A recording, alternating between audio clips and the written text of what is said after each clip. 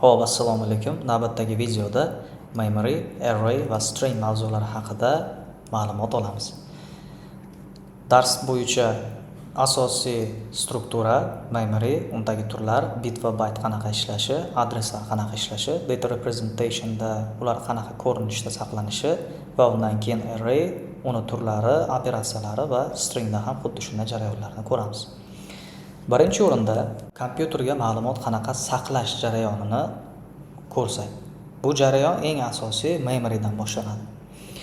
Ya'ni kompyuterni bitta katta, ya'ni kompyuter memorysini bitta katta deylik, ombor nuqtai nazaridan tasavvur qilsak, unda millionlab kichik katakchalar yoki javonlar mavjud deb tasavvur qilsak bo'ladi. Har bir katakni o'zini qanaqadir adresi bor. Deylik, misol uchun 100, 101, 102 va hokazo qanchadir adreslargacha bu borishi mumkin. Bunaqa ko'rinishda adresli qilib uni saqlashdan asosiy maqsad biz memoryga qanaqadir ma'lumot berganimizda va uni saqlaganimizda uni qachonki to'g'ri saqlash jarayonini va qachonki undan yana ma'lumot qaytarib olayotgan paytimizda tartibli saqlab, tezkor ishlashi uchun eng asos bo'lib bera oladi. Va qaysidir ma'lumotni deylik biz memoryda saqlaganimizda uni chaqirib olishda ham, pop qilib olishda ham to'g'ridan to'g'ri, misol uchun go to the address 102 deb, misol uchun 102 ga borib, misol uchun ma'lumot olib kel degan ko'rinishga o'xshash request berganimizda ham shunchalik to'g'ri va tezkor olib kelib beradi. Xo'p, endi kompyuter uchun qanaqadir bilamizki, turli xil turdagi data structurelar mavjud va ko'payib boryapti. Misol uchun eng asosida yotadigan qanaqadir number, ya'ni raqamlar yoki qanaqadir tekst ma'lumotlar bo'lishi mumkin. Bu emojilar qanaqa yoki audio, video formatdagi fayllar. Kompyuter bu kabi data structurelarni fundamental darajada bilmaydi, tushunmaydi. Buni fundamental data representation qismida kompyuterda saqlash mumkin bo'lgan eng kichik holat bit ko'rinishida, ya'ni 0, 1, 0, 1 kabi ko'rinishda represent qilib uni saqlab boradi. Kompyuter asosiy fundamental tushunadigan mental modeli uni bitlar ko'rinishida saqlashda. Uni mana shu ikkita representation bilan saqlaydi, 0 va 1 aytganimizdek. Va buni asosiy ikkita mana shu holati bor. Shu orqali uni har xil kombinatsiyalar orqali saqlab boradi. Buni matematik model bilan chiqaradigan bo'lsak, mana shu 0 va 1 raqamlarini represent qilsak, kombinatsiyalarda bo'lishi mumkin 00, 01 yoki teskarisi 10 va 11 kabi, misol uchun possible combinations deydi. Mana shunaqa kombinatsiya turlari bor. Ikkita bu yoqda bit qatnashganligi 4 ta possible combinationni berdi. Bu degani 2 ni darajasida nechta element qatnashadigan bo'lsa, shuncha possible combination beradi degan ma'lumotni olishimiz mumkin. Ana endi tushunishimiz mumkin. Kompyuter ularni saqlab borishda har doim mana shu memoryga tushib kelish jarayonida yuqorida aytganimizdagidek bit ko'rinishda saqlaydi. Lekin uni har bir misol uchun qanaqadir biz tekst bersak, T harfi misol uchun alohida bit, I harfini alohida bit va hokazo qilib saqlamaydi. Uni guruhlar ko'rinishida saqlab boradi.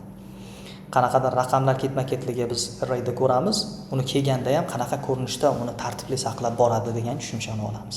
Va shu saqlab borish tushunchasi bitlarni guruhlab saqlaydi va bu jarayon bizda byte degan tushunchani beradi. Byte bu bitlarni guruhlangan holatidir. Shu orqali bir byteni biz 8 bitni deb standartlashtirilgan holatda ishlatishimiz mumkin. Standart holatda 1 byteni 8 bitga tenglashtirilgan.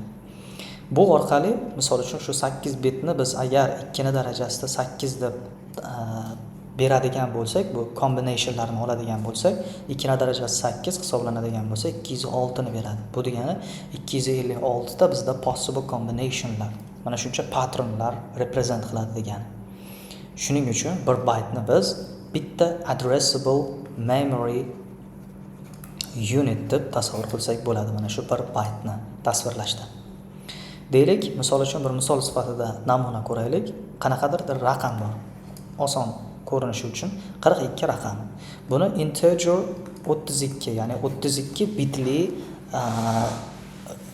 ajratiladigan xotirada saqlaydigan deb filtr qilsak, shunaqa turlar bor. 32, 64 degan ko'rinishdagi yoki 8 degan reprezent qilinadigan. Bu range ga qarab aniqlanadi. O'rtacha mana shu 32 lik deganda, mana shu 32 ta raqam birinchi initialize qilganda 0 bo'ladi. 32 dona 0 qatnashadi. 42 ni biz binary representation qilganimizda, oxiridan boshlab nechta binary holat chiqsa, o'shani ichiga joylashadi. Qolgan qismlari esa 0 ligicha qoladi va shunaqa saqlanadi. Buni ham albatta sababi bor. Bundan oldin 42 ni misol uchun binary ga o'giraylik. Bu nimani beradi? 2 ni darajasini qanaqasi 42 ni beradi deb aytsak, 5-sini qo'shsak 32, 3-sini qo'shsak 8 ga bo'ladi 40 va 2 ni birinchisini qo'shsak shu 42 ni aylantiradi binary da. Endi uni biz tartiblab olsak, 1 va 0 lar bitlarga aylantirish uchun 2 ni birinchisi deylik 0 dan boshlaymiz. 2 ni birinchisi, 2 ni ikkinchisi, 2 ni uchinchisi, 2 ni to'rtinchisi va 2 ni beshinchisigacha. So'raymiz, 2 ni biri qatnashganmi? Yo'q. Yo'q bo'lsa 0. Qatnashganmi? Ha. Qatnashganmi? Yo'q. Qatnashgan bo'lsa ha, yana 1, yo'q va 1.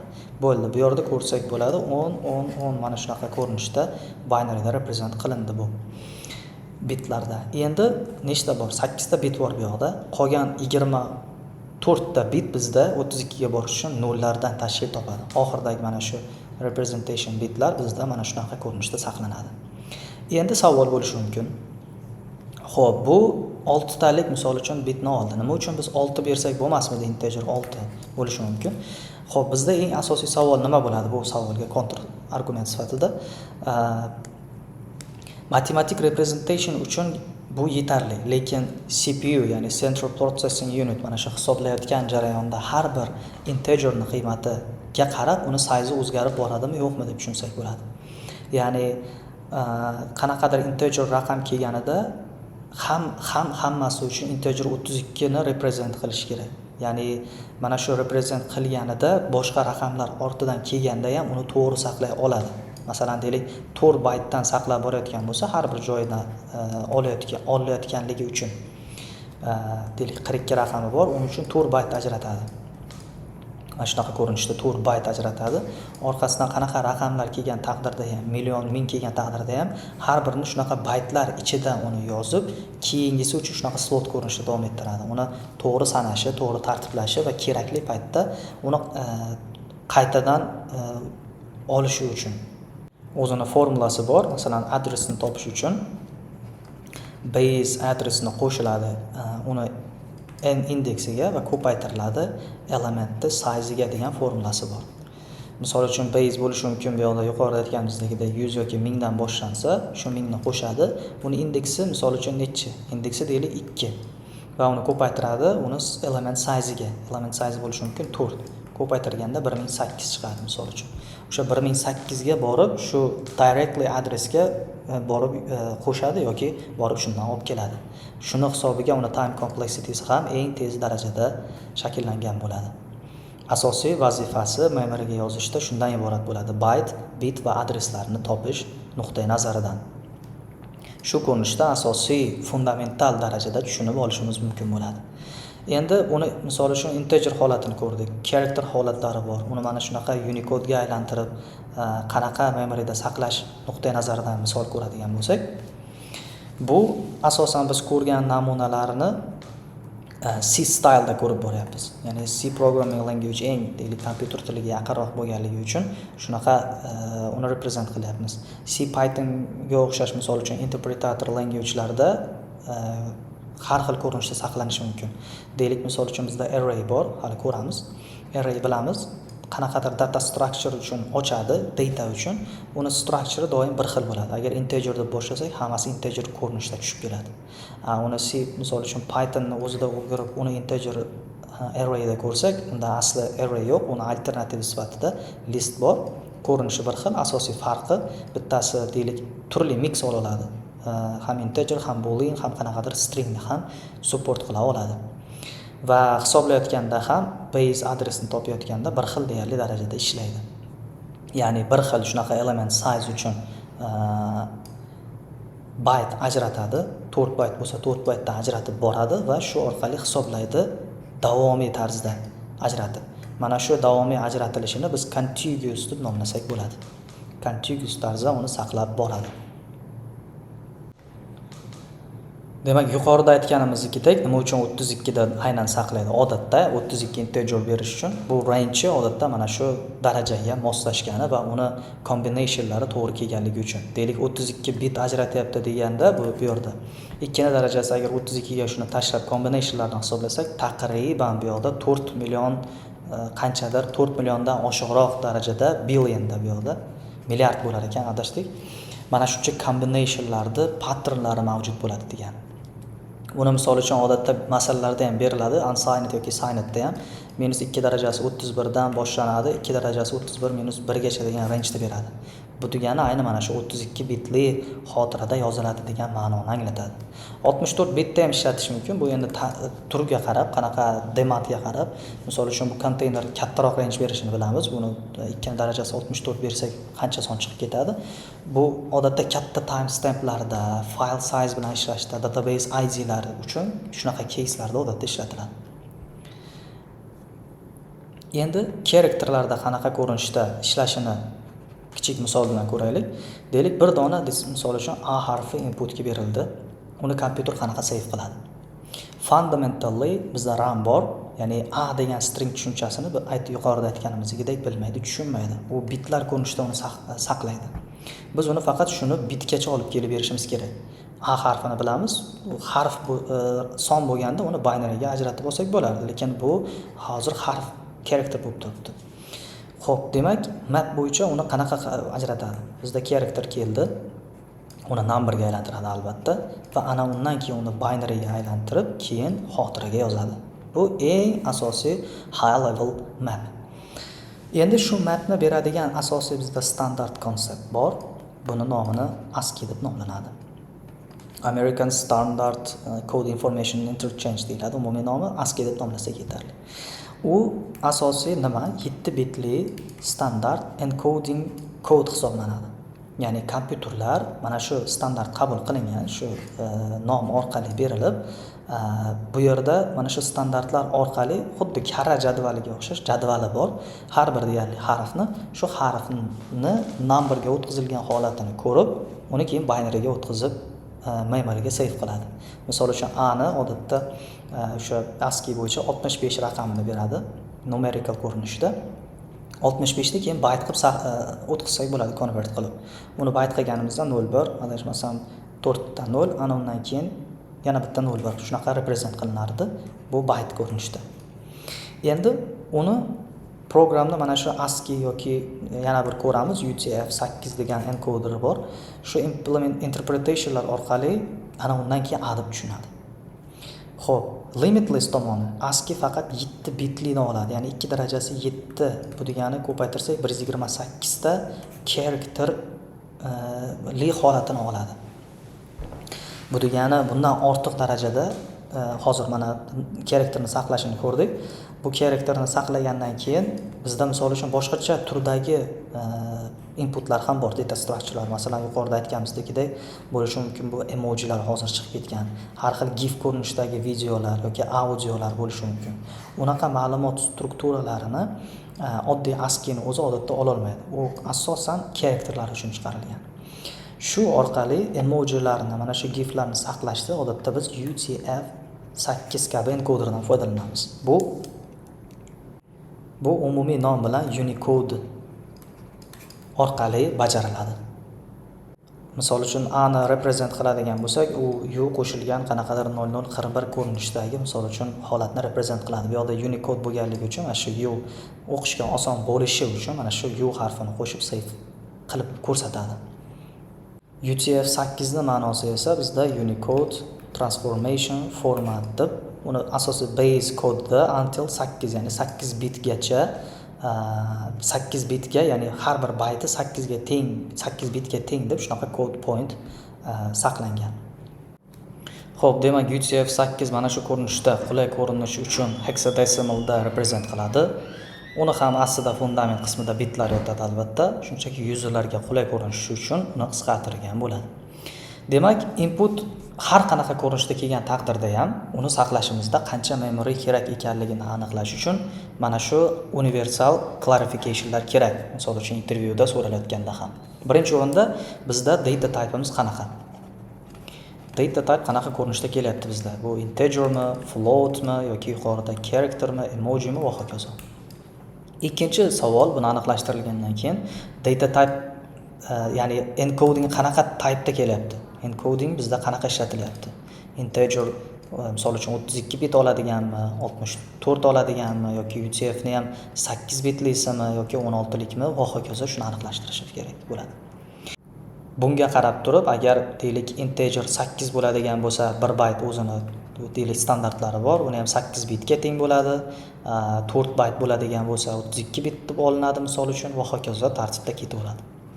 Bit va baytlar uchun umumiy bir mental model tuzadigan bo'lsak, deylik logical data qanaqa bo'ladi?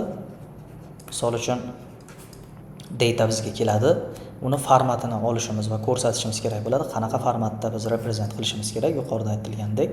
Undan keyin uni biz baytlarga aylantiramiz, keyin bitlarga aylantiramiz va oxirida undan keyin memoryga save qilamiz. Deylik shu jarayonda maxsus bir holatlar, case'lar bo'lishi mumkin. Deylik misol uchun shunaqa character berilyapti, hello world. Buni qanaqa ko'rinishda yozadi memoryga deb savol berilishi mumkin. Bunaqa holatda mana sanalsa, misol uchun characterning umumiy countlarini hello da misol uchun bor 5 ta harf, world da bor deylik 5 ta harf, lekin orasida joy bor, space. Bu qanaqa case bo'ladi? Bunda ham javob qanaqa? Bu space ni ham albatta bitta character hisobida sanaydi. Chunki space da ham bitta Unicode characteri bor. Qanaqadir bo'lishi mumkin, U00 misol uchun 20 ga o'xshash shunaqa characteri bor uni o'zini ham. Shuning uchun 10 ta emas, 11 ta character count bo'ladi deb hisoblasak bo'ladi. Standartida misol uchun deylik 11 characterni 11 byte da hisoblasa, ana undan keyin bitga uni 8 ga ko'paytirib qo'ysak, 88 bit bo'lib, uni memoryda yozadi desak bo'lishi mumkin. Xuddi shunaqa misol uchun qanaqadir deylik lotin harfida, endi ingliz tilidagi shunaqa lotin harfidagi characterlarni deylik bo'lishi mumkin Kirillga yoki boshqa turdagi harflarga, alfabetlarga aylantiradigan holatlar bo'lishi mumkin. Unda ham shunga o'xshash jarayon shakllanishi aniq. Birinchi o'rinda tekshirib olishimiz mumkin, qaysi harflar aynan bir xil, ya'ni character Unicode tarafdan bir xil bo'lsa, uni alohida deylik convert qilishimiz hojat qolmaydi yoki umuman har xil bo'ladigan bo'lsa, bu harflar uchun ham alohida Unicode'lari bor bo'ladi. Shuni jadval orqali ularni deylik aniqlab, characterlarni shunga qarab moslab turib, keyin uni deylik bitlarga ko'paytirib hisoblab qo'yishimiz mumkin bo'ladi. Mana shunday tartibda uni shakllantirsak bo'ladi memoryga qanaqa yozishni. Yoki mixed text bo'lgan taqdirda ham hello o'rtada qanaqadir emoji, keyin misol uchun privet degan shunga o'xshash misol uchun har xil alfabetlardan foydalanganda ham xuddi shunaqa. Bunda ham UTF-8 ga o'xshagan encoderlar orqali uni baytlarini topilib, ana undan keyin total byte bitlarni hisoblasak bo'ladi. Va shundan keyin deylik misol uchun hello da bo'lishi mumkin, mana 5 ta byte hisoblandi, space bor bo'ladi, bitta byte, yana bitta space bor, bitta privet da deylik misol uchun bo'lishi mumkin. Aylantirganimizda 12 ta chiqdi misol uchun bitta hisoblaganimizda, ana undan keyin total characterda hisoblab bitga aylantirishimiz mumkin bo'ladi. Umumiy high level jarayon mana shunaqa ko'rinishda davom etadi. Savol bo'lishi mumkin, mana shu UTF-8 deylik misol uchun hop encode qilar ekan. U qanchalik darajada biladiki bizni mana shu characterimizni qanaqa bytega teng ekanligini. Bu albatta yuqorida aytganimizdagidek o'zini albatta tablelari, o'zini standartlari bor. Unda biz aniqlashimiz mumkin bo'lgan jarayon, tushunishimiz kerak bo'lgan jarayon, uni o'zida prefix patternlar bo'ladi. Ya'ni prefix deganda boshida beradigan patternlar. Deylik misol uchun 0 bilan boshlanadigan bo'lsa, 0 keyin xx qilib ketiladigan bo'lsa, bu yerda boshlanishi mana shunaqa ko'rinishda initialize qilib ko'rsatadi. Undan keyin misol uchun baytlar oshib borgani sari qiymati ham o'zgarib boradi. Deylik 1, keyin 2 ta 1, keyin 0 bo'lib davom etadigan bo'lsa, bu deylik misol uchun 2 ta 1 borligi uchun 2 byte bo'lishi mumkin. Va hokazo 3 ta 1, keyin 0, keyin davom etadigan bo'lsa, bu 3 byte bo'lishi mumkin. Mana shunaqa ko'rinishda davom etayotganidan, prefixidan uni lensini bilib olsak bo'ladi UTF-8 uchun. Endi bo'lishi mumkin foto, video kabi audio, media elementlarda memoryda qanaqa yozadi. Uni pipeline ham shunga o'xshash bo'ladi. Faqat misol uchun deylik video va audiolarda yo'q. Rasmlarda, videoda albatta chunklarga bo'ladi. Rasmlar imageli formatlarda esa uni piksellarga ajratadi. Biz bilamiz RGB degan tushuncha bor, red, green, blue 255 o'zini shunaqa range bor. piksellarga ajratadi, ana undan keyin uni encoding qiladi, undan keyin uni size formati bo'ladi o'zini. Misol uchun eng yuqori size deylik 1920 ga 1080 kabi sizlari bor. Uni keyin piksellarga ajratadi. Misol uchun RGB piksel deylik 0 bo'ladigan bo'lsa, qanaqa RGB da alohida, piksel 1 ni alohida ajratib moslab chiqadi. Keyin uni resolusioni bo'ladi. Mana bu 1920 ga 1080 misol uchun dimensioni bo'ladigan bo'lsa, uni hisoblaydi keyin matematikaga aylantirib. Agar deylik 8 bit bo'ladigan bo'lsa, deylik misol uchun RGB da misol uchun R ni 1 byte, G ni 1 byte, B ni 1 byte deb umumiy pikselda 3 byte ko'rsatadi misol uchun hisoblashda. Va uni ham xuddi yuqoridagidek row size orqali chiqarilsa, misol uchun formulasini width ni ko'paytiriladi, enini height bo'yiga, keyin deylik channellariga, ana undan keyin bytelariga ko'paytirib chiqarish mumkin. Bu degani misol uchun mana bu nuqtai nazardan ko'rsak, misolida 1920 ga 1080 va ko'paytirilyapti yuqoridagidek RGB hisoblandi 3 ga. Shundan keyin qanchadir chiqdi? 620 qanchadir chiqadi. Bu deylik bytda aylantirib uni megabaytda beradi keyin. Misol uchun inputda qanaqadir size kiryapti o'sha image 300 yoki 200 deylik gigabayt bilan. Uni memoryda saqlashda deylik 622 bo'lib store qilish ham mumkin. Biz tushunishimiz kerak bo'lgan narsa mana shu uni pipeline. Uni hisoblashni albatta bilamiz, oddiy kalkulyatorda ham yoki standartlarini ko'rib ham hisoblay olsak, keltirib chiqarsak bo'ladi. Asosiy narsa uni pipeline ni tushunish. Video formatdagi ma'lumotlarda esa ozgina boshqacharoq ishlaydi. Farqi, uni deylik video qanaqadir MP4 holatda bizga konteyner byte'da yuboryapti. Uni keyin deylik stream qilib ajratadi-da, uni audio streamga aylantirib beradi. Audioga keltiradi. Uni keyin audiodan deylik misol uchun decoder qiladi, encode qiladi-da, framelari orqali uni ham piksellarini topadi. Deylik misol uchun diskda videoni size unda ham 50 megabayt bo'ladigan bo'lsa, decoder framelari orqali hammasi bir vaqtda raw holatda saqlansa, katta memory talab qilishi mumkin. Shuning uchun bizga mana shunaqa chunklarga ajratish kerak bo'ladi videoni. Shu chunklar orqali uni yig'ib encoder qilinadi-da, decoderda yana keyingi framelar uchun olib, uni xuddi shunaqa qilib baytlarni hisoblab boradi. Audioda ham xuddi shunaqa jarayon bo'ladi, encoder decoderdan boshlanadi faqat. Demak, memory uchun kichkina xulosa sifatida aytishimiz mumkin, mana shu fixed size sekvenslarda elementlarda contiguous, yuqoridagidek tushundik, contiguous degan tushunchani qanaqa elementlarda indekslarni ketma-ket joylashtirishi, ketma-ket bir xil qo'shib borishi, to'g'ri saqlash va to'g'ri ma'lumot olish uchun. Mana shu ularning asosiy mental modeli. Bu mental model array va stringlar uchun ham asosiy mental model bo'ladi deb tushunsak bo'ladi. Xo'p, ana endi navbatdagi conception bizda arraylar. Xo'p, array degani nima? Array bu elementlarni tartibli, ya'ni sequence deyiladi. Sequence sifatida saqlaydigan data structure. Buni C style fundamental ko'rinishda ko'rsak, arrayni qanaqa saqlaydi? Yuqorida aytganimizdek, mana shu data structure bilan ma'lumotni saqlab boradi. Albatta bu bo'ladi same type, ya'ni typelari bir xil bo'lishi kerak bo'ladi. Qo'shiladi bunda fixed size bo'lishi kerak. Fixed size element deganda ham xuddi shunaqa bir xil o'zgarmaydigan fixed qilingan elementlar bo'ladi va memoryda saqlashda ham contiguous degan tushunchani ko'rdik. Contiguous memory orqali saqlab boradi. Undan keyingi oxirgi uni protsessi index based access bo'lishi kerak. Ya'ni uni indekslarni berganimizda shu indeksdan ma'lumot olib keladigan, indeks orqali ma'lumot joylaydigan bo'lishi kerak deb tushunsak bo'ladi. Uni strukturasi mana shunaqa holatda bo'ladi. Demak, integer 32 bit bilan hisoblashda deylik bizda numberlar bor, listi yoki array. Bunda bor 10, 20, 30, 40 raqamlari deylik va bunda deylik 4 baytdan hisoblanyapti deb tushunsak, uni base adresini keyin base boshlanish adresini 1000 degan raqam bilan boshlanyapti deb hisoblasak, uni strukturasi qanaqa ko'rinishda uni save qiladi memory. Deylik 1000 dan boshlanyapti. Bu degani mana keyingi bunga tegishli deylik bo'ladi bu 10 degan deylik misol uchun raqamni saqlayapti bu yoqda. Undan keyin bo'lyapti 1000 dan keyin 4 ta qo'shatda indeksga 1004 saqlaydi, bu yoqda 20 turadi. Va hokazo 1008, 1000 deylik 12 da mana 44 ta deylik. Yo'li 30. Bu uchun deylik alohida 4 byte. Bu uchun alohida 4 byte, 4 byte, alohida 4 bytedan saqlaydi. memory mana shunaqa ko'rinishda ularni saqlab, endi adresini chiqarayotgan paytda yuqoridagi formulani isbot sifatida base qo'shilgan, uni indeksi ko'paytiriladi, uni element size'iga deb deylik chiqarib keladi. Mana shunaqa formula orqali uni ishlatsak, tushunsak bo'ladi.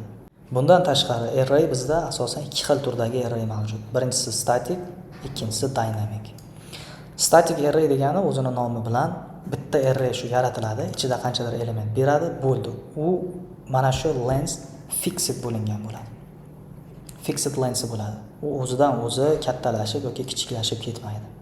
Masalan, deylik integerda yuqoridagidek deylik 4 ta element beradigan bo'lsak, uni deylik capacitysi uni 4 ta bo'ladigan bo'lsa, bo'ldi. Mana shu memorydan 1, 2 ta, 3 ta 4 ta element uchun contiguous block ajratadi.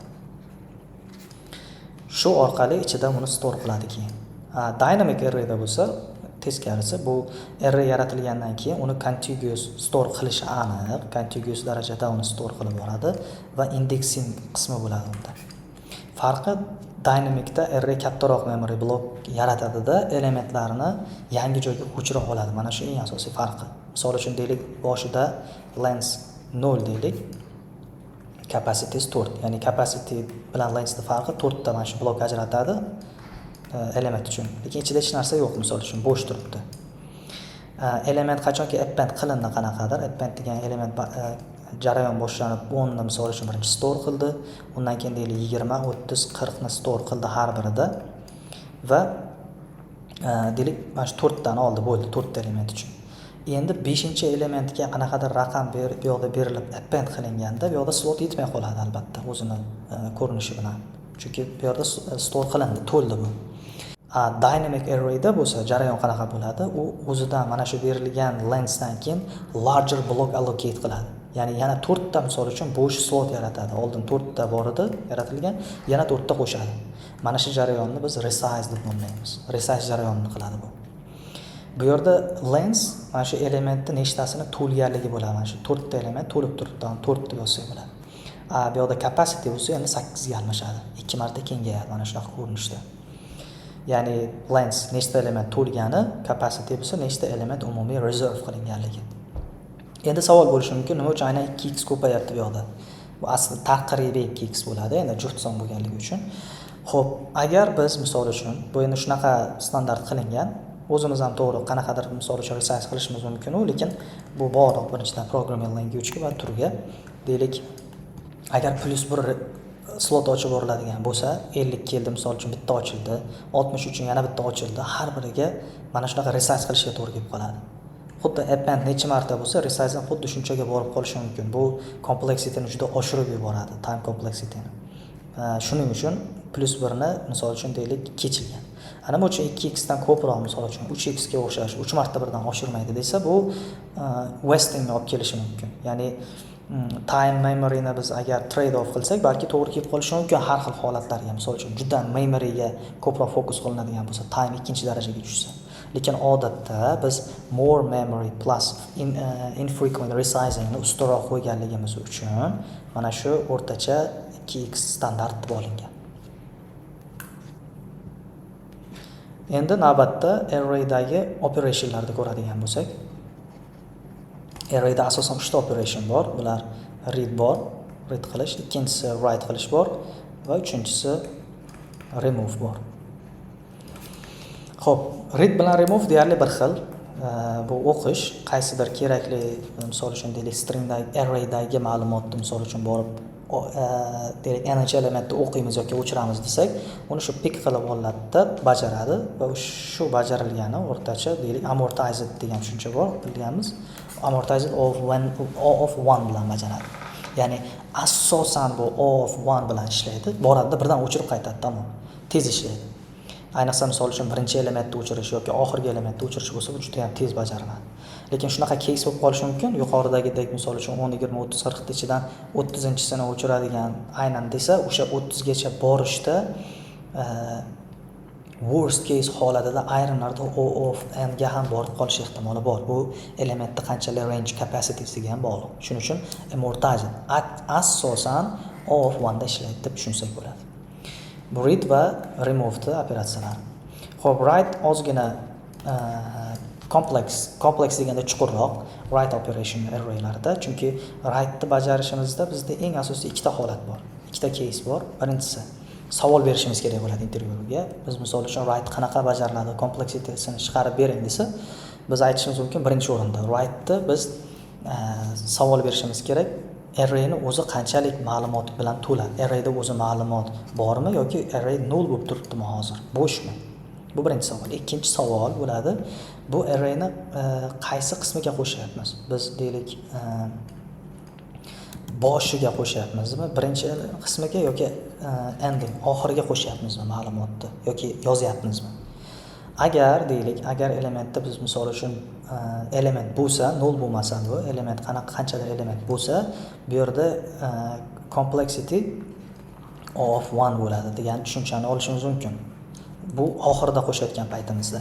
Oxirida qo'shsak, misol uchun qancha element bo'lishidan qat'iy nazar, biz oxirida qo'shib qo'yamiz. Deylik, misol uchun -1 degan komanda orqali berib qo'ysak bo'ldi, ma'lumotni qo'shib qo'yiladi. Bizga qanaqa kapasitesi ahamiyati yo'q. Lekin null bo'ladigan bo'lsa, deylik, buni to'g'ri reprezent qilaylik. Element ichida borligi uchun. Lekin ikkinchi holat bizda agar null bo'ladigan bo'lsa va uni xuddi shunday endi boshiga qo'shayotgan bo'lsak, bu yerda o of 1 bo'ladi bu yerda ham. Ya'ni tasavvur qilaylik, bo'sh element istalgan joyga qo'shib qo'yishimiz mumkin, boshiga ham, oxiriga ham. Bu har doim tez natija beradi. Lekin bu yoqda deylik ma'lumot bo'lsa-da, uni deylik boshiga qo'shayotgan bo'lsak, ana unda bizda o of n operatsiya bajarish mumkin. Bitta mana shu holatda. Chunki tasavvur qilaylik, 10 bor, 20 bor, 30 bor va hokazo. Endi birinchisiga qo'shyapmiz. Qanaqadir misol uchun 0.1 mi nimadir elementni qo'shyapmiz. Bu degani mana buni o'zini indeksi bo'sh bu. Band. Indeks allaqachon joy olingan. Uni birma-bir surib chiqishimizga to'g'ri kelib qoladi. Shuning uchun o of n operatsiya bajaradi worst case da.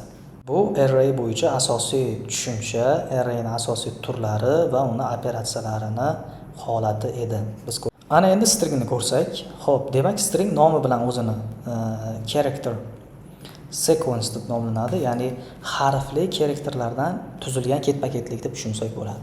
Uni encoding orqali hosil bo'lgan baytlarni sequence sifatida saqlanadi memoryda. Misol uchun deylik, yuqoridagidek hello degan so'zni ko'radigan bo'lsak, uni karakterga ajratadi bittalab, H, L, L, O deb ajratadi. Uni baytlarini 128 deylik misol uchun topadi. Ana undan keyin binaryga aylantirib keyin save qiladi. Xo'p, demak, stringda asosan ikkita turdagi mavjudlik bor. Birinchisi immutable string va mutable string.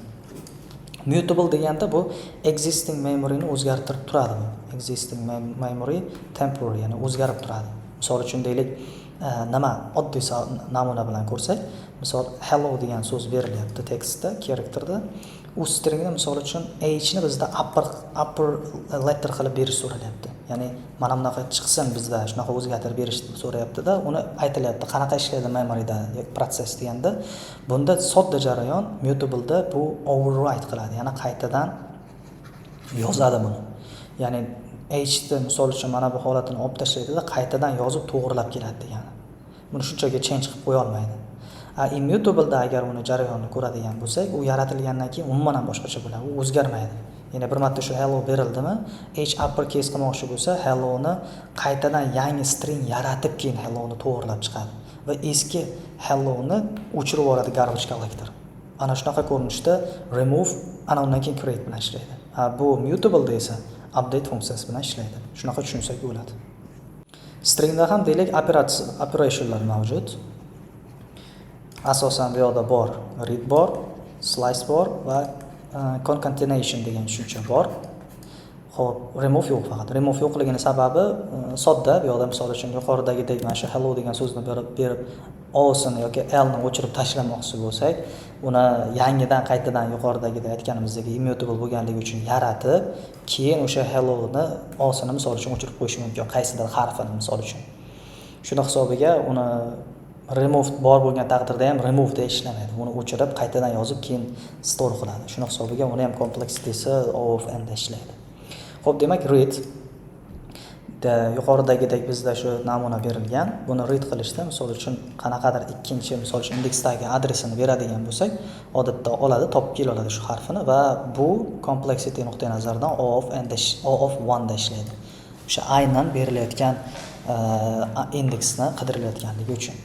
Slice bor bizda. Slice deganda qanchadir range bilan qidirilishi. Misol uchun shu s degan o'zgaruvchiga olinyapti-da, 1 dan 4-elementgacha indeksigacha chaqirib kelayotgan bo'lsa, shu oralig'ida qanchalik darajada katta bo'lsa, capacity-si shunga yarasha complexity ishlaydi deb tushunsak bo'ladi. Shu ikkalasini ayirmasiga to'g'ri keladi deb tushunishimiz mumkin time complexity-si. Va oxirida concatenation qanaqa ishlaydi? Bu nomi bilan endi qo'shish, write qilish desak ham bo'ladi. Farqi qanaqa? Misol uchun bizda a o'zgarishda hello bor, b o'zgarishda deylik world bor. Endi so'ralyapti a ni b ga qo'shib berishdi. Bu qanaqa jarayon bo'ladi buni complexity'si string uchun desa, operatsiya bajarilganda alohida yangi string ochiladi, s barobar bo'sh string va buni o'tkazib chiqiladi. Ikkalasini qo'shadi. Misol uchun bu O of n bo'ladigan bo'lsa, bu O of n bo'ladi. Va ikkalasi ana shunaqa ko'rinishda qo'shiladi umumiy jarayonda. Xo'p, endi mavzuga doir masalalardan ko'radigan bo'lsak, birinchisi LeetCode 242 valid anagram masalasi. Berilyaptiki, given two strings s and t return true if it is an anagram of s and false otherwise. Deyapti, ya'ni anagram degan bir tur bor. Uni descriptioni qanaqa bo'ladiki, word or phrase formed by rearranging the letters of the different word or phrase using all original letters exactly once to aytyapti. Ya'ni shunaqa bir so'z bo'lishi kerakki, qanaqa so'z bo'lsa ham bir-biridan tashkil topadigan bo'lsa bo'ldi, shuni anagram deyiladi. Masalan, deylik s o'zgaruvchi bor. Uni deylik misol uchun Aziz degan ism bo'lsa, teskarisini o'girsa, misol uchun mana shunaqa ko'rinishda bo'lsa ham anagram deyiladi yoki umuman mana z ikkita i keyin a deb bergan taqdirda ham harflarini o'xshashligi bir xil. Bunda ham ikkita z bor, bunda ham bitta i bor, bunda ham ikkita a bor. Mana shunaqa ko'rinishdagi tengliklarni bizda anagram deyiladi. Qachonki shunaqa anagram bo'ladigan bo'lsa, true qaytsin, boshqa holatda false qaytsin deb aytayapti. Masalan, write-ni car bilan tenglashtirayotgan bo'lsa, bu false qaytarsin deb aytayapti. Doimgidek yechim sifatida birinchi matematik yechimini ko'ramiz. Xo'p, undan oldin birdaniga kod yozishdan ham, umuman birinchi matematik yechimga borishdan ham oldin clarification degan bosqich bor. Ya'ni o'sha savolni, taskni umumiy aniqlashtirish. Yaxshilab xuddi bir doktorga borganda tashxis qo'yish uchun yaxshilab to'liq bir analizlarni ko'rgandan keyingina nimadir bir tavsiya berishi mumkin. Shuning uchun biz ham iloji boricha maksimal darajada aniqlashtirib, har xil кейslarigacha iloji boricha bilib, ana undan keyin yechimimizni o'ylab ko'rsak bo'ladi. Xo'p, clarification nuqtai nazaridan birinchi o'rinda bilishimiz kerak. Xo'p, bir xil o'sha karakterdan tashkil topgan, lekin o'rni shunchaki almashgan ifodalar, karakterlar. Bu degani misol uchun s yuqoridagidek deylik abc bo'lsa, misol uchun t cba bo'lsa ham bu to'g'ri true qaytarish kerak. Endi aniqlashtirib olishimiz uchun birinchi misol uchun savol bor bizda. Ya'ni bu savol berilayotgan ifodalar ingliz tilidagi qanaqadir bir harflardan tashkil, ingliz tilidagi oddiy alfabetik, misol uchun 26 ta harf bor bunda alfabetida, shu harflardan tashkil topadimi, undan boshqa hech qanaqa qo'shimcha yo'qmi deb savol beramiz. Javob yo'q, bo'ldi, faqat shu ingliz tilining o'zidan bo'ladigan bo'lsa, okey, bo'ldi, bu tarafi aniqlashtirildi. Ikkinchi case bor. Xo'p, har bitta karakter nima deydi?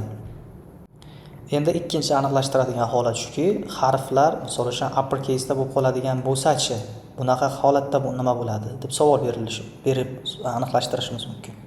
Bunda aytilishi mumkinki, yo'q, hech qanaqa deylik katta karakter upper size'lar yo'q, shunchaki lower case'lar bilan ham represent qilsak yetarli. Bunaqa holat kelganda bu ikkalasi bir xil bo'lmaydi.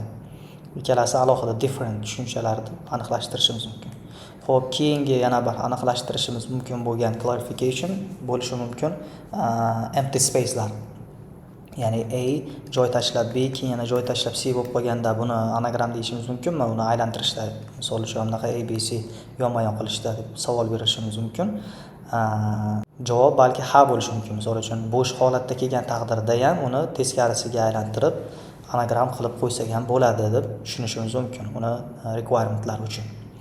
Mana shu eng asosiy deylik aniqlashtirishimiz mumkin bo'lganlaridan. Endi analiz qiladigan bo'lsak, xo'p, birinchi chegaralab olsak, misol uchun sodda instinkt bilan o'ylaydigan bo'lsak, S da ham, T da ham deylik harflarning soni bir xil. Bunda ham 3 ta, bunda ham 3 ta. Birortasida deylik qanaqadir 4-element bo'lib qolsa, umumiy jarayon mana shu variable nuqtai nazaridan ikkalasi bir-biriga absolut teng bo'lmaydi hech qachon ST ga. Chunki bunda 4 ta element umumiy grouping nuqtai nazaridan. Bunda 3 ta element.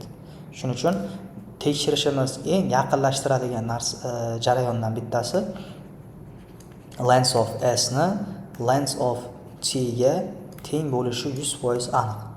Aniq teng bo'lsagina biz keyingi etapga o'tsak bo'ladi. Undan keyin ularda misol uchun nechta harfda qatnashganligi va hokazo. Bu bir-biriga teng bo'lmayaptimi? Bo'ldi. Joyida false bo'ladigan qiymatni qaytarib olsak bo'ladi deb tushunsak mumkin. Xo'p, endi keyingi analiz bundan keyingi bosqichda nima fikr kelishi mumkin? Biz xuddi oldingi masalalarda bitta sonni boshqalaridan deylik qanaqa darajada duplicate bo'lgan yoki bo'lmaganligini, qanchalik boshqalardan eng katta yoki kichkina ekanligini taqqoslash uchun eslasak, bitta harfni olardik, boshqasini elementlar bilan donama-dona solishtirib chiqardik. Buni ham mana shunaqa qilsak bo'ladi. A qatnashganmi? Qayerda qatnashishi bizga qizig'i yo'q. Qatnashgan bo'lsa bo'ldi rostdan ham A, B, B, C, C. Demak, shunaqa tekshirib chiqish imkoniyatini ishlatib ko'rsak bo'ladi. Eng asosiy to'g'ri optimal solution bo'lmasligi mumkin. Bilamiz, bizda solutionning asosiy tezkor approach bor, bu brute force. Brute force ga tashlab turib ishlaydigan bo'lsak, misol uchun deylik bizda bor A, o'zgaruvchimiz ABC, B o'zgaruvchimiz deylik BAC yuqoridagidek. Endi loopga tashlab olamiz uni. Misol uchun birinchi loopimizda bo'lyapti deylik, A harfini olamiz. A harfini olib shu bo'yicha taqqoslab boramiz. Shu deylik A o'zgaruvchisi, A variablening 0-chi deylik indeksi. Va bu yoqda lengthimiz necha bizda? Ikkalasida ham 3 bo'ldi. Bundan o'tdi tekshiruvdan. Endi shunaqa bir yig'ib olish uchun shunaqa bir o'zgaruvchi qilishimiz mumkin. Visit degan, unda misol uchun 3 ta false degan qiymat berib qo'yaylik default. Qachonki uchalasi ham true ga almashsagina keyin umumiy true qaytaramiz. Aks holda umuman false bo'ladi deb shart qo'yib qo'ysak bo'ladi mana umumiy high level darajada. Xo'p, endi loopni davom ettirsak, A ni 0-chisi, ya'ni mana bu A ni olamiz. Ketdik, B ni 0-chisi bilan taqqoslab ko'ramiz. B ni 0-chisiga tengmi B ga? Yo'q, bu false. Xo'p, B ni endi 1-chisiga taqqoslaymiz. B ni birinchisi A, demak bo'ldi, true. Shu joyda operatsiyani to'xtatib qo'yamiz. Visitimizga bittani qo'shib qo'yamiz. Boyagi false endi true ga aylandi. Bittani yig'dik. Ketdik, endi ikkinchi loop deylik. Ikkinchisida misol uchun iterationimizda A ni endi birinchisini olamiz. A ni birinchisi demak 1 ga teng, B ni yana 0-chisi bilan taqqoslaymiz. B ni 0-chisi demak 1 ga teng bo'ldi. Mana shu birinchi operatsiyada bu topildi mana iterationda. Endi keyingisi deylik, misol uchun 3-chi loopda endi bo'ladi. A ni endi ikkinchi elementini olsak, bu bizda C ni beradi. B ni deylik endi 0-chisi bilan taqqoslaydigan bo'lsak, bu B, bu false bo'ladi. B ni birinchisi bilan taqqoslasak A bo'ladi, bu ham false. Va B ni endi ikkinchisi bilan taqqoslasak C, mana endi true bo'ladi. Ana endi bitta, ikkita, 3 ta true, mana bu 3 ta true ga aylanib, oxirida true natijani qaytaradi desak bo'ladi. Ana endi umumiy iterationlarni sanab ko'ramiz. Endi complexityni chiqarib trade off qilishimiz uchun. Bu yoqda qatnashdi 2 ta loop. Bu yoqda qatnashdi 2 ta loop. Bu yoqda qatnashdi umumiy 3 ta loop. 2 ta, 2 ta, 3 ta, umumiy 7 ta loop qatnashyapti bu yoqda.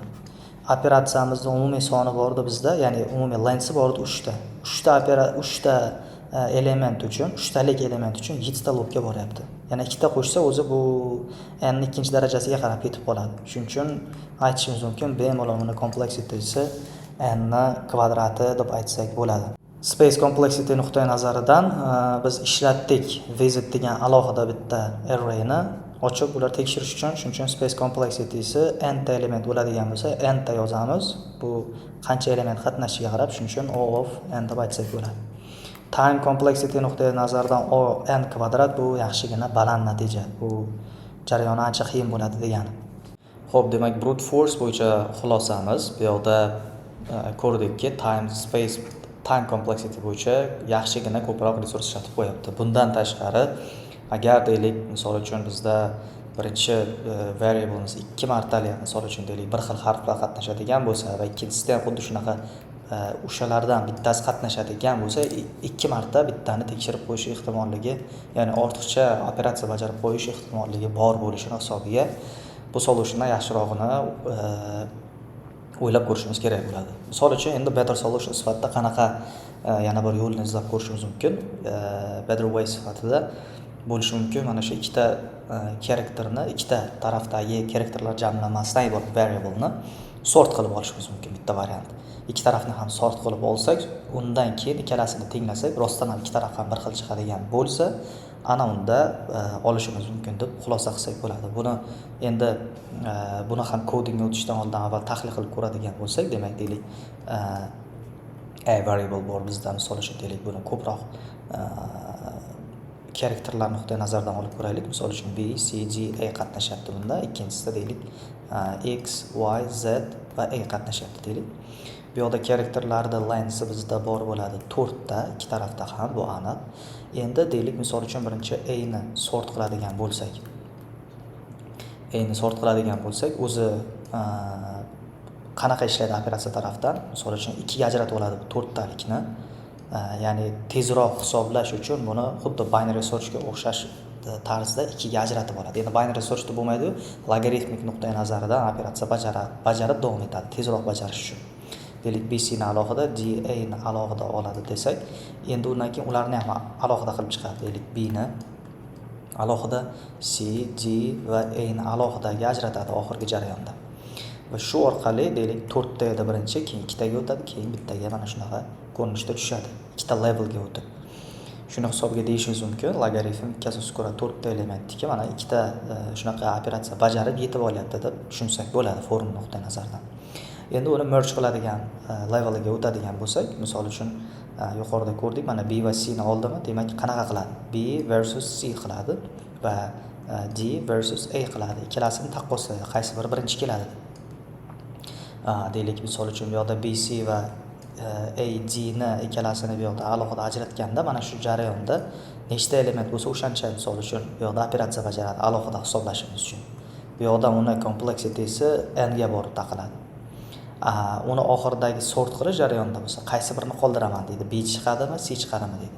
B va C orasida B birinchi keladi deb bu yoqda ko'rsatadi, left va right ga ajratib. Bu yoqda A va G dan A da ajratadi va oxirgi jarayon misol uchun mana shunaqa holatga keladi keyin. O'sha logaritmik n nuqtai nazaridan uni oxiriga yetganda mana shunaqa jarayon hosil bo'ladi. Buni umumiy jarayonni yuqorida yozganimizdek logaritm n ga borib taqaladi.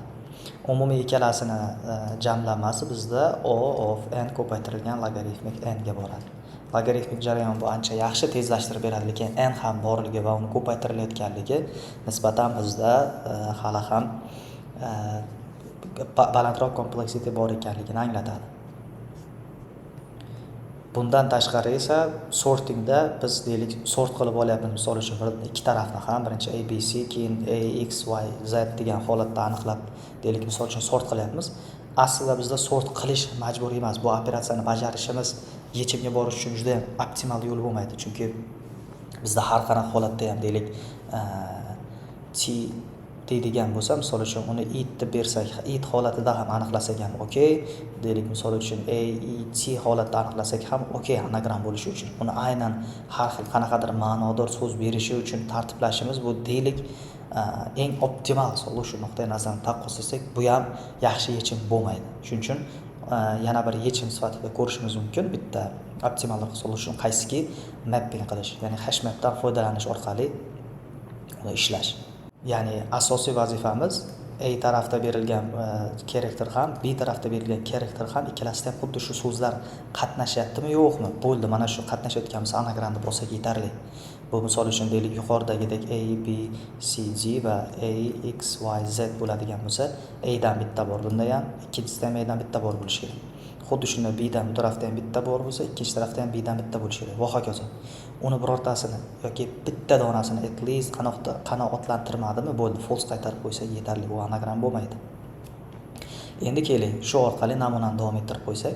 Xo'p, endi so'z osonroq bo'lishi uchun keling, kattaroq so'zli va ko'proq qatnashadigan anagram bittasi bo'lsin. Variable'ni ikkinchi variable'imiz bo'lsin. C deb nomlaylik uni. Deylik N A A G R M qatnashsin. Shunaqa umumiy biz bilamiz, ko'ramiz, o'zimiz instinkt bilan ko'radigan bo'lsak, bitta, ikkita, uchta A bor. Bu yoqda ham 3 ta A bor, N bitta, G bitta, R va M bitta bilan bo'ldi. Bu asli true qaytarishi kerak natijamiz bo'yicha expect result. Endi uni tartiblaymiz, endi uni bajaramiz. Birinchi o'rinda biz qanaqa ishlaymiz? Frequency count qilib ishlaymiz. Ya'ni mana shu yuqorida aytganimizdek, ikki tarafda ham xuddi shu so'zlar, ma'lum so'zlar qaytarilyaptimi? Shuncha dona bormi? Bo'ldi, biz uni match qilsak yetarli. Xo'p, oddiy match qilib chiqamiz birinchi. A lar necha marta qatnashyapti? Aytdik 3 ta. C N keyingi o'rinda bitta, G bitta, R bitta va deylik M bittadan qatnashyapti S ni ichida. C ni ichida ham xuddi shunaqa jarayon ketyapti. Mana shunaqa match equal bo'lsa bo'ldi, true qaytarib bersak bo'ladi. Buni endi coding solutionda hash map bilan maplaydigan, match qiladigan qila olamiz. Ya'ni unga bitta o'zgaruvchi beramizda, ikkalasini key va value bilan pair qilib saqlab beramiz. Buni asosiy vazifasi nimaga hash set bilan ishlamadik yoki bittalik mana shu faqat value yoki keyni oladigan unique constraintli qilmadik. Sabab mana bu yoqda 2 marta, 3 martalab multiple times o'sha qanaqadir character qatnashishi mumkinligini hisobga olamiz. Endi keling, shuni sen degan nuqtai nazardan bitta o'zgaruvchi olib ishlayapmiz. Deylik, boyagi anagramni endi birinchi tartiblaymiz. Operatsiyada deylik, birinchi loopimiz qanaqa ishlaydi? Birinchi loopda iteration birinchisida misol uchun A qatnashyapti, bo'ldi. Stringni ichiga yozadi, A bitta bo'ldi deb. Xuddi shunday N, G, R gacha keladi, M gacha kelib bitta tekshirib chiqadi. Yana endi deylik misol uchun 3-ga kelganda qanaqa bo'ladi? Buni update qiladi, 2 ta qiladi. Undan keyingisida yana keldim 3 ta qiladi. Qolganlari ham xuddi shunday davom etadi. N bittadan, G bittadan va hokazo bo'lib, mana S na operatsiyasi shunaqa tugaydi. Ichida nechta iteration bo'ladigan bo'lsa, deylik misol uchun sanab qo'yadigan bo'lsak bo'ladi. Xo'p, bu faqat kvadratik darajada ketmaydi. Mana nechta character soni bor bo'lsa, shu character soniga qarab boradi. Deylik, keyin mana S'imizni hisoblab qo'yganimizdek, mana shu natijani olamiz final birinchi loopimizda resultda S uchun. Endi C uchun ham xuddi shuni tekshirib chiqamiz va undan oldin bitta formulani va T ni ham natijasini ko'rganimizdan keyin yig'ib, unda ham katta ehtimol shunga yaqin yoki undan uzoq natija bo'ladi, qanaqadir natija yig'amiz. Ana undan keyin formulani ishlatsak bo'ladi. Bizda bor edi count. Deylik S ni nuqtai nazardan S ni counti va deylik count bizda bor edi. T ni nuqtai nazardan shu T ni counti. Ikkalasi bir-biriga teng bo'lishi kerak. Agar bu tarafga o'tkazib qo'ysak, ikkalasining ayirmasini 0 bo'ladi deb hisoblasak bo'ladi. Matematik nuqtai nazardan. Ana endi nima qilsak bo'ladi? Bizda mana S ni mapi bor, T ni mapi bor. Shu ikkita mapni bir-biridan ayirib qo'yishimiz yetarli darajadagi holat bo'ladi bizda. Ya'ni mana bu yerda hisobladik, mana A lar bu qanaqa qatnashyapti o'zida ko'rdik. Ana undan keyin shuni T dagi natijasini deylik, bemalol bir-biridan ayirib qo'yganimizda 0 qaytaradigan bo'lsa, bo'ldi, bizning natijamiz rostdan ham bular anagram deb berishimizga asos bo'ladi. A larni mana shu yerda ayirmasini 0 ni beradi, N larni ayirmasi va hokazo 0 ni beradi va barchasini natijasini 0 ni bersa, demak true qaytarsak bo'ladi deb xulosa qilishimiz mumkin. Shu orqali bizda ko'ryapmiz, mana shu bitta hash umumiy set yaratib turib ichiga yig'ib olyapmiz. Countni bitta faqat yaratib olyapmiz shuni. Sen nuqtai nazardan yoki count deb bo'ldi, shuni ichida hammasini teryapmiz. Qancha element bo'lishi uni elementlarning soniga bog'liq. Shuning uchun biz bemalol aytsak bo'ladi time complexity-sini n. Space nuqtai nazaridan ham bir marta faqat shu senni ochib olayotganimiz va boshqa deylik inner looplardan ko'p foydalanmayotganligimiz hisobiga space complexity-ni ham biz O of n deb aytsak bo'ladi. Shu orqali endi code solution ko'radigan bo'lsak, demak code solutionda birinchi o'rinda yozishimiz, tekshirishimiz kerak bo'lgan ularda lenslar bo'ladi albatta. Eng asosiy bizning conditionimiz bu ikkalasini lensi bir-biriga teng bo'lmasa, birdan avtomatik bizga false qaytarib beraversin. Undan o'tadigan bo'lsa, keyin o'zimiz operatsiya boshlanadi. Xo'p, birinchi sen deb yozaylik mayli. Bu hash map olsin.